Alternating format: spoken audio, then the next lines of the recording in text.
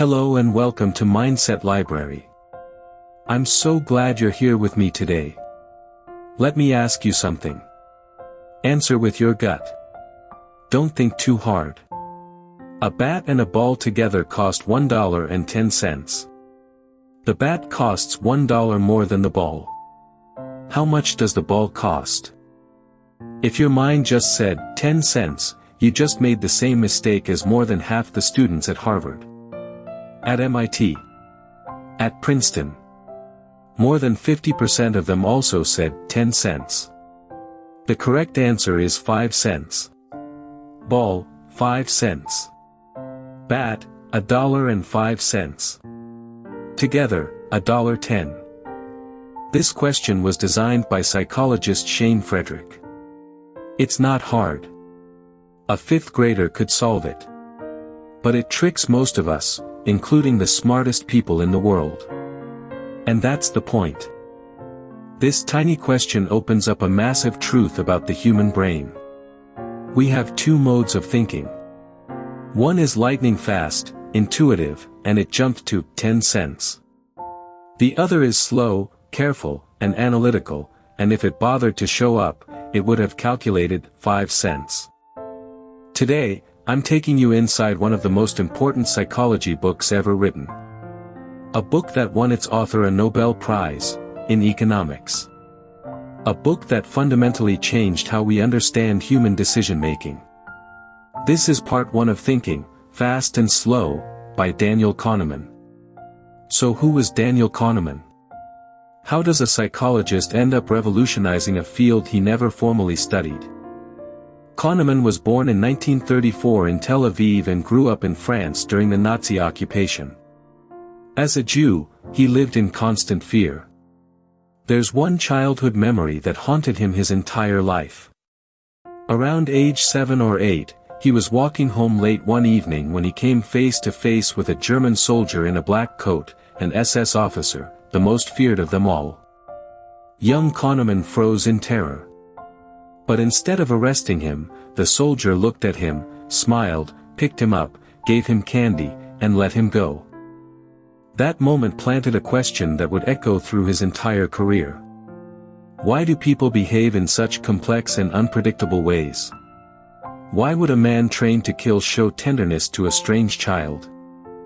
Many years later, Kahneman became a psychologist. He didn't study economics. He'd never even taken an economics course. He studied how people think, judge, and make decisions. But then he met Amos Tversky, another Israeli psychologist, and one of the sharpest minds of his generation. They became partners and best friends. They spent decades in a small room together, asking questions, arguing, laughing, and systematically mapping out all the ways the human brain makes mistakes, predictable, systematic errors. Their work overturned a core assumption that economics had held for 200 years, that humans are rational beings who make optimal decisions. Kahneman and Tversky proved that we are not rational. We make mistakes. And those mistakes aren't random, they follow rules. In 2002, Kahneman received the Nobel Prize in economics. Tversky had died of cancer 6 years earlier, otherwise the prize would certainly have been shared. Thinking, Fast and Slow, published in 2011, is Kahneman's gift to the rest of us, a lifetime of discoveries, distilled into one remarkable book. Kahneman describes the brain as having two systems of thinking operating in parallel. He calls them simply System 1 and System 2. System 1 is the fast, automatic, effortless part. It operates continuously, even when you're asleep. When you see an angry face and instantly register the emotion, that's System 1. When a loud noise behind you makes you spin around on reflex, System 1. When someone asks, "What's 2 plus 2?"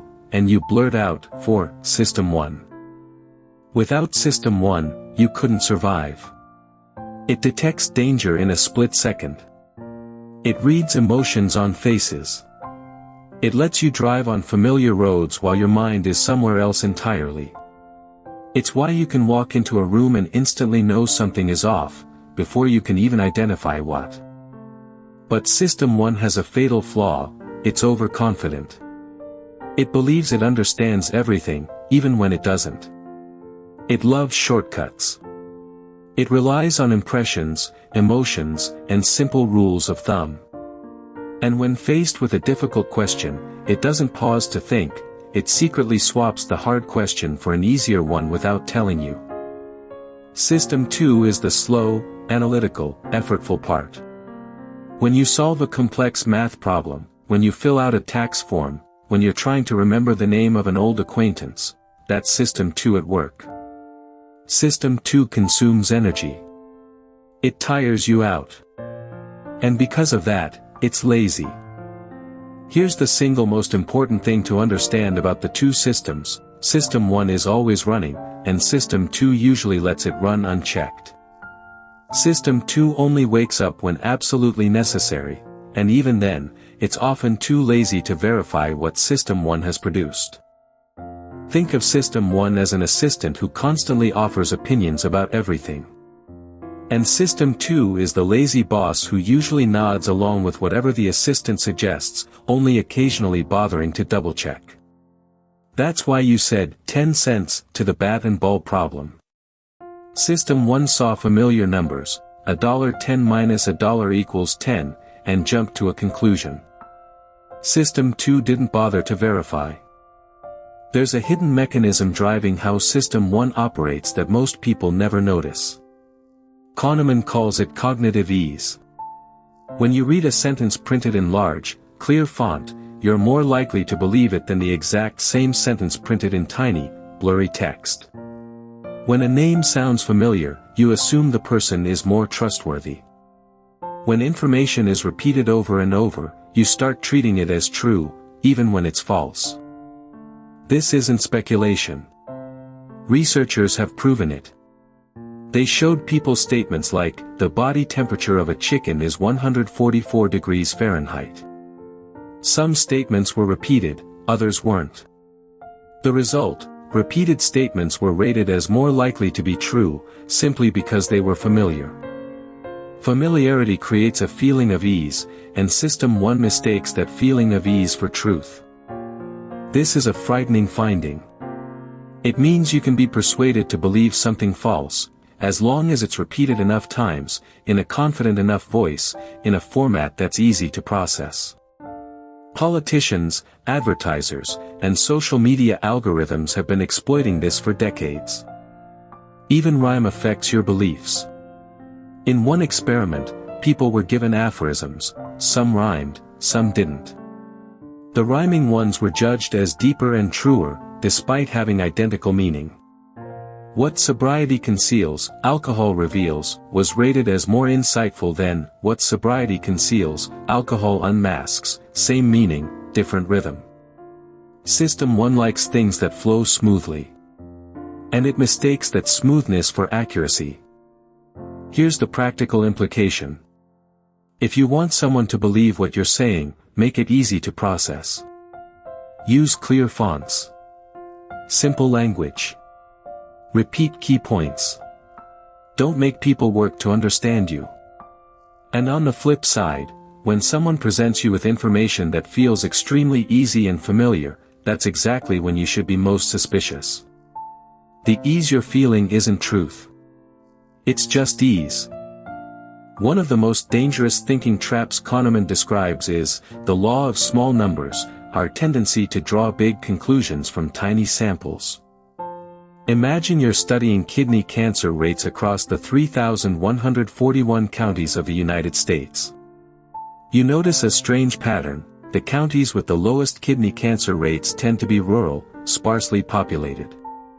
Immediately, your System 1 constructs an explanation: clean air, fresh food, less stress, that's why. But wait. The counties with the highest kidney cancer rates also tend to be rural and sparsely populated. This paradox has a simple explanation: counties with small populations produce small statistical samples, and small samples produce more extreme results than large samples. If you flip a coin 4 times, getting 4 heads is normal. If you flip it 1,000 times, the ratio always approaches 50%. Small counties are like flipping a coin 4 times, the results easily skew in one direction.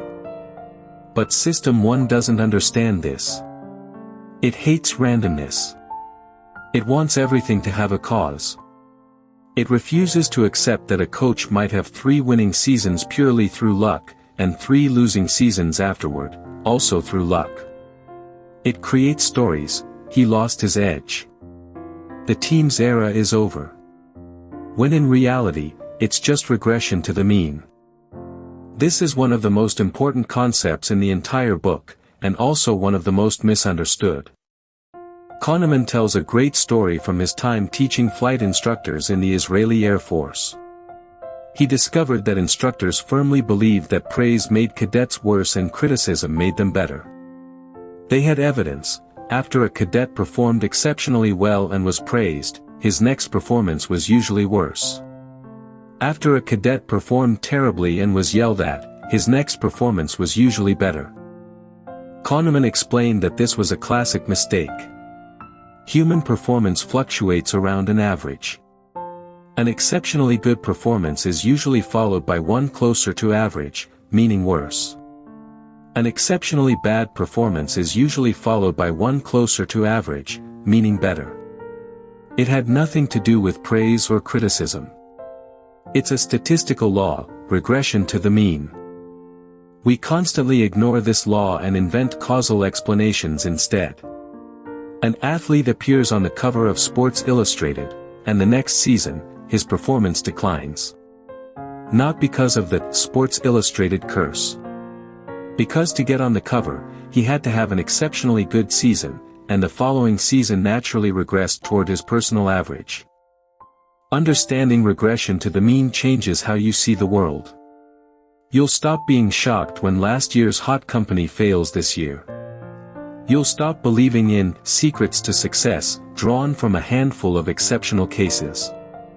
And you'll stop being so hard on yourself after a bad day, it might just be regression to the mean. You walk into a store and see a watch priced at $50,000. Ridiculous. Then you see another watch at $15,000. Still expensive, but compared to $50,000, it seems reasonable. You buy it. You just fell for the anchoring effect. Kahneman and Tversky demonstrated this with a famous experiment. They spun a wheel of fortune, rigged to stop only at 10 or 65. Then they asked participants, what percentage of African nations are members of the United Nations? People who saw the number 10 guessed an average of 25%. People who saw 65 guessed an average of 45%. Think about this for a moment. Participants knew the number from the wheel was completely random, unrelated to the question. They were intelligent people. And yet that random number quietly influenced their judgment. Anchoring works even when you know it exists. This effect is everywhere. The opening number in a salary negotiation, even when absurdly high, still influences the final outcome. If you're selling your house and the first offer is way below your asking price, that number will anchor your expectations downward, even if you know the buyer is lowballing you. The first price you see on a real estate listing anchors your entire perception of the property's value. Retailers know this. They often place an insanely expensive item next to the one they actually want to sell, making the second item look like a bargain. Even judges, trained professionals who are supposed to be impartial, are affected by anchoring. In one study, judges were asked to sentence a hypothetical shoplifter. Before deciding, they rolled dice that were rigged to show either a 3 or a 9. Judges who rolled a 9 gave sentences that were, on average, significantly longer. These were experienced judges who knew the dice were random. Still anchored. What kills more people, plane crashes or diabetes? Most people say plane crashes. The truth, diabetes kills thousands of times more people. But every plane crash appears on every front page, every news broadcast. Diabetes kills silently, every day, without fanfare. This is the availability heuristic. You judge the frequency or probability of an event based on how easily you can recall examples of it. Not based on actual data. Based on feeling. Kahneman and Tversky proved this elegantly. They asked people, are there more English words that start with the letter K, or more words where K is the third letter? Most said, start with K. Reality, words with K in the third position are 3 times more common. But you can easily think of king, kitchen, kite, so you assume they're more frequent. The availability heuristic explains so much. Why after a terrorist attack, people drive more instead of flying, even though driving is statistically more dangerous. Why married couples underestimate each other's household contributions, because you remember what you did more vividly. Why investors pile into a stock after seeing good news, forgetting the hundreds of other stocks that also had good news and then crashed. This is one of Tversky and Kahneman's most famous experiments. I'll share it exactly as they presented it. Linda is 31 years old, single, outspoken, and very bright. She majored in philosophy. As a student, she was deeply concerned with issues of discrimination and social justice, and participated in anti-nuclear demonstrations. Now here's the question, which is more probable?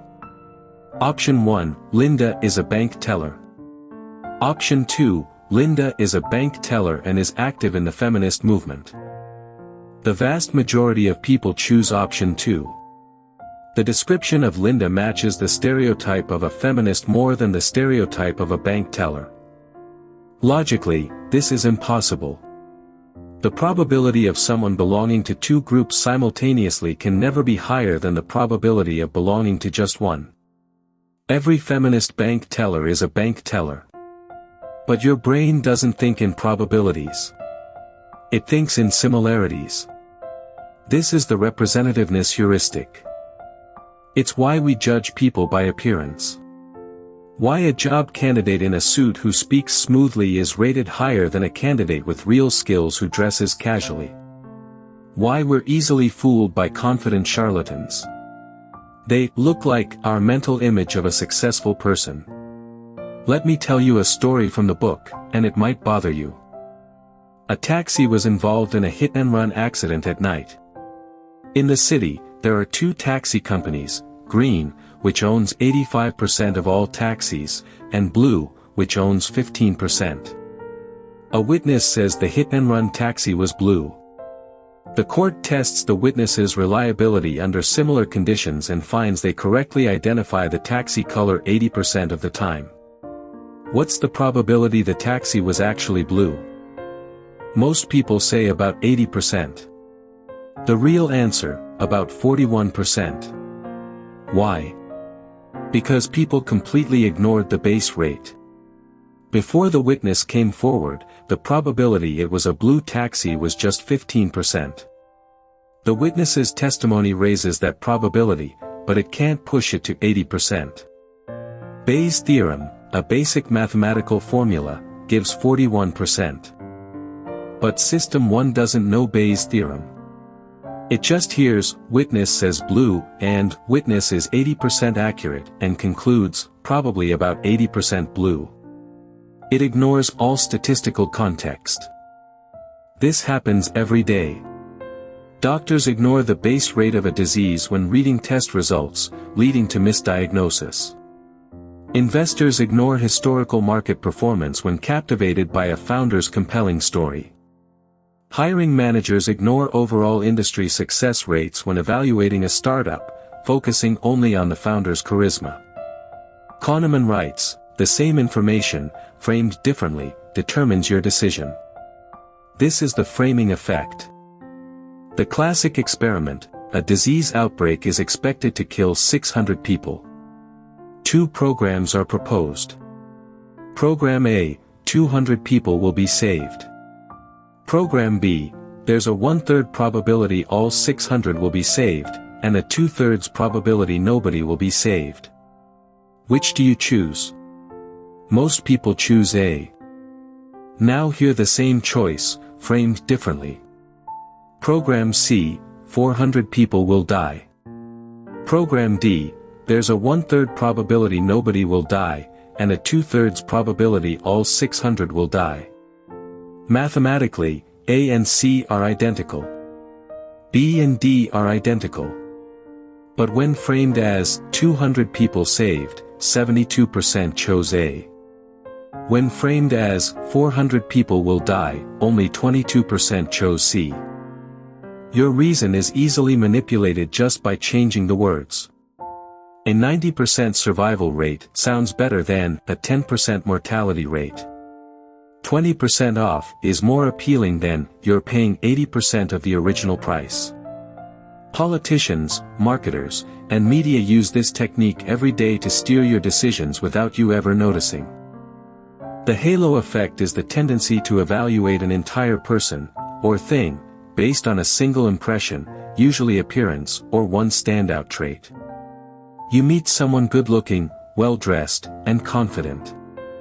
Instantly, you assume they're also intelligent, kind, and trustworthy. You watch a presentation with beautiful slides and a charismatic speaker, and you rate the content higher, even when it's nothing special. Kahneman shares a story from his time evaluating Israeli army recruits. He noticed that if a candidate did well on the first part of an assessment, he automatically scored them higher on later parts, even when those parts didn't deserve it. He had to implement a blind scoring system to counteract the effect. The halo effect is why companies spend billions on image advertising. They know that if you like the ad, you'll like the product more, even if the product hasn't changed. It's why attractive people earn more money, get promoted more often, and are assumed to be more competent, even when they're not. What I've shared so far is just the tip of the iceberg. This has been the part about how we think wrong, the cognitive biases, the mental shortcuts, the systematic errors that System 1 makes and System 2 fails to catch. But Kahneman doesn't stop there. In the second half of the book, he digs into how we make decisions, and discovers things that are even more startling. He discovers that people don't make decisions based on absolute value, but on changes relative to a reference point. That we hate losing about twice as much as we love winning. That we contain two different selves, one that lives in the present and one that only remembers the past, and they're constantly at war with each other.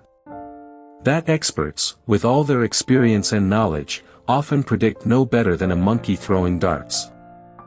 These are the ideas that earned Kahneman the Nobel Prize in Economics. And I'll walk you through all of them in part 2. Thank you for listening. I hope your System 2 got a good workout. Take some time to let these ideas settle, and I'll see you in part 2 of Thinking, Fast and Slow.